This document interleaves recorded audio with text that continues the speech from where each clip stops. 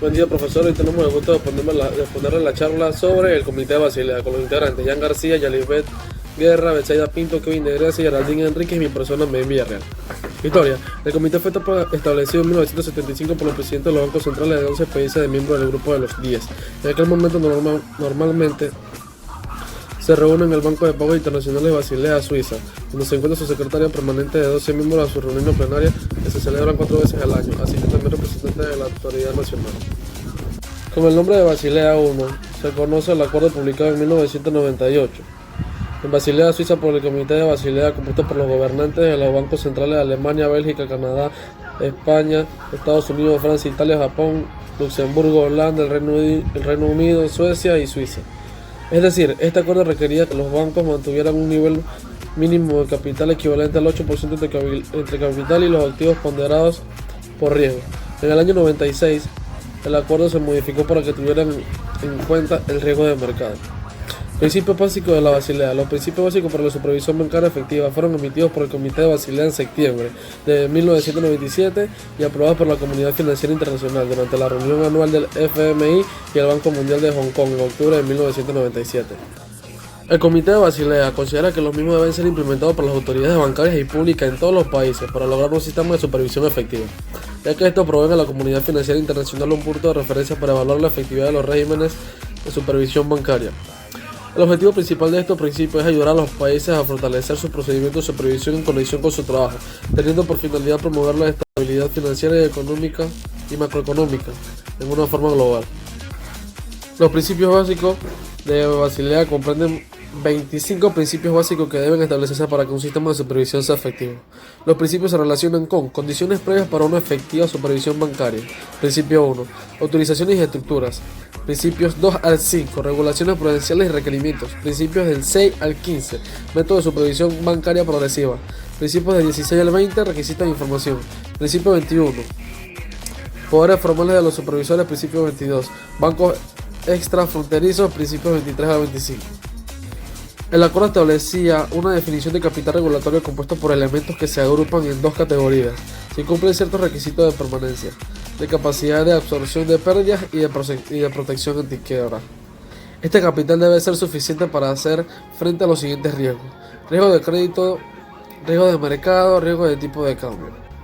Cada uno de estos riesgos se medía con unos criterios aproximados y sencillos. El principal riesgo era el riesgo de crédito y se calculaba agrupando las posiciones de riesgo en 5 categorías según la contraparte y asignándole una ponderación diferente a cada categoría. La suma de los riesgos ponderados formaba los activos de riesgo. La repercusión de este acuerdo en cuanto al grado de homogeneización alcanzado en la regulación de los requerimientos de solvencia ha sido extraordinaria. Entra en vigor en más de 130 países. Dado que el acuerdo contenía ciertas limitaciones en su definición, en junio del 2004 fue sustituido por el llamado Acuerdo Basilea número 2. Este es el acuerdo de los acuerdos de Basilea. Dichos acuerdos consisten en recomendaciones sobre la legislación y regulación bancaria y son emitidos por el Comité de Supervisión Bancaria de Basilea, siempre con objeto de establecer los requerimientos de capital necesarios para asegurar la protección de las entidades frente a riesgos financieros y operativos. Meta de la Basilea II.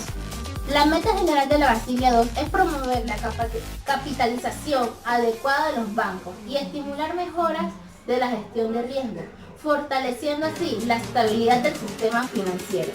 Esta meta se logrará mediante la introducción de 3 pilares que se refuerzan el uno y al otro y que crean incentivos para que los bancos aumenten la calidad de sus procesos de control.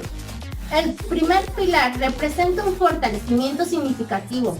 Los requerimientos mínimos estipulados en el acuerdo de 1988, mientras que los pilares 2 y 3 representan adiciones innovadoras a la supervisión del capital.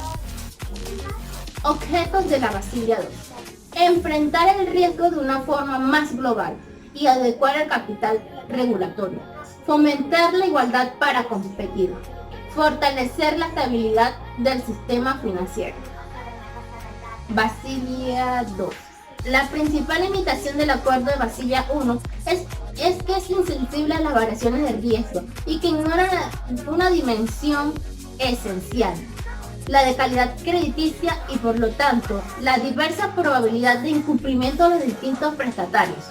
Es decir, consideraba que los créditos tenían la misma probabilidad de incumplir. Para superarla, el Comité de Basilea propuso en el 2004 un nuevo conjunto de recomendaciones. Estas se apoyan de los siguientes pilares. Pilar 1. Pilar 1. El cálculo de los requisitos mínimos de capital constituye el núcleo del acuerdo e incluye una serie de novedades con respecto al anterior. En el caso de los riesgos se añade el siguiente riesgo operacional. Basilea 1. Un riesgo crediticio más riesgo de negociación, más riesgo de tipo de cambio. Basilea 2. Riesgo de crédito más riesgo de mercado, más riesgo de tipo de cambio, más riesgo operacional. El riesgo de negociación y el riesgo de tipo de cambio se siguen calculando conforme a la Basilea 1. El riesgo operacional se calcula multiplicando los ingresos por un porcentaje que puede ir desde el 12% hasta el 18%. Pilar 2. El proceso de supervisión de la gestión de los fondos propios.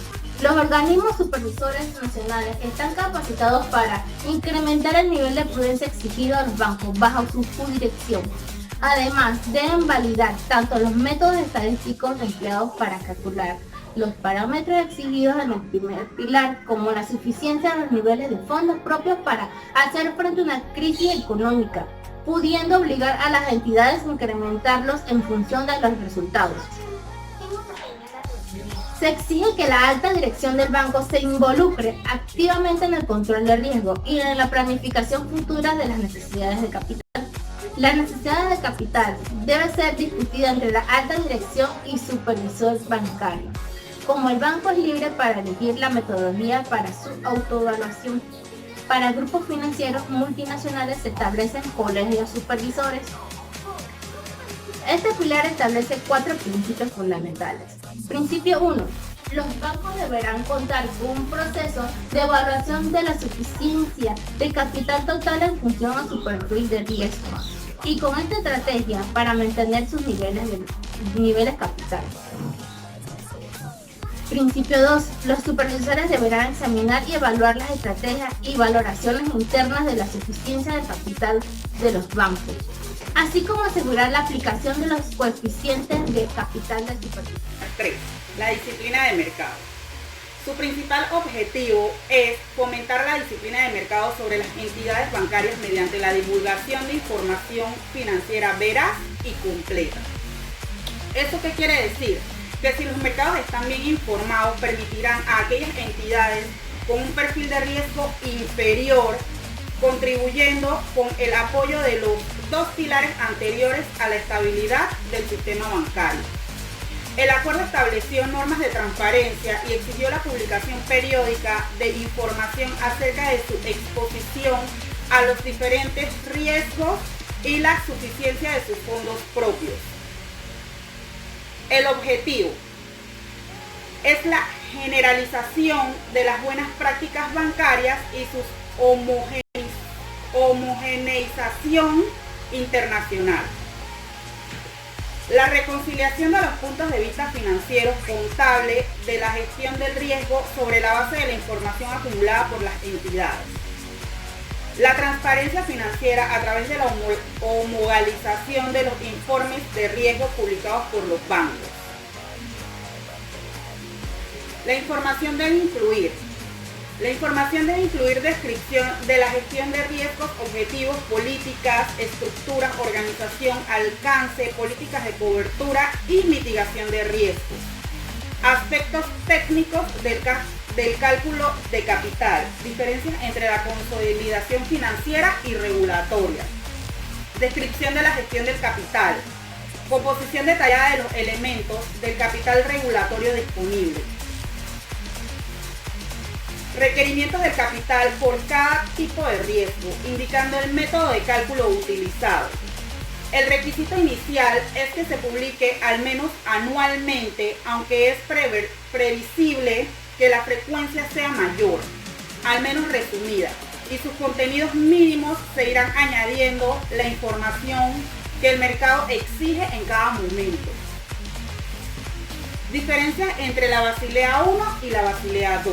Basilea II refleja mejor los riesgos subyacentes de la banca y ofrece mayores incentivos para mejorar la gestión de riesgos.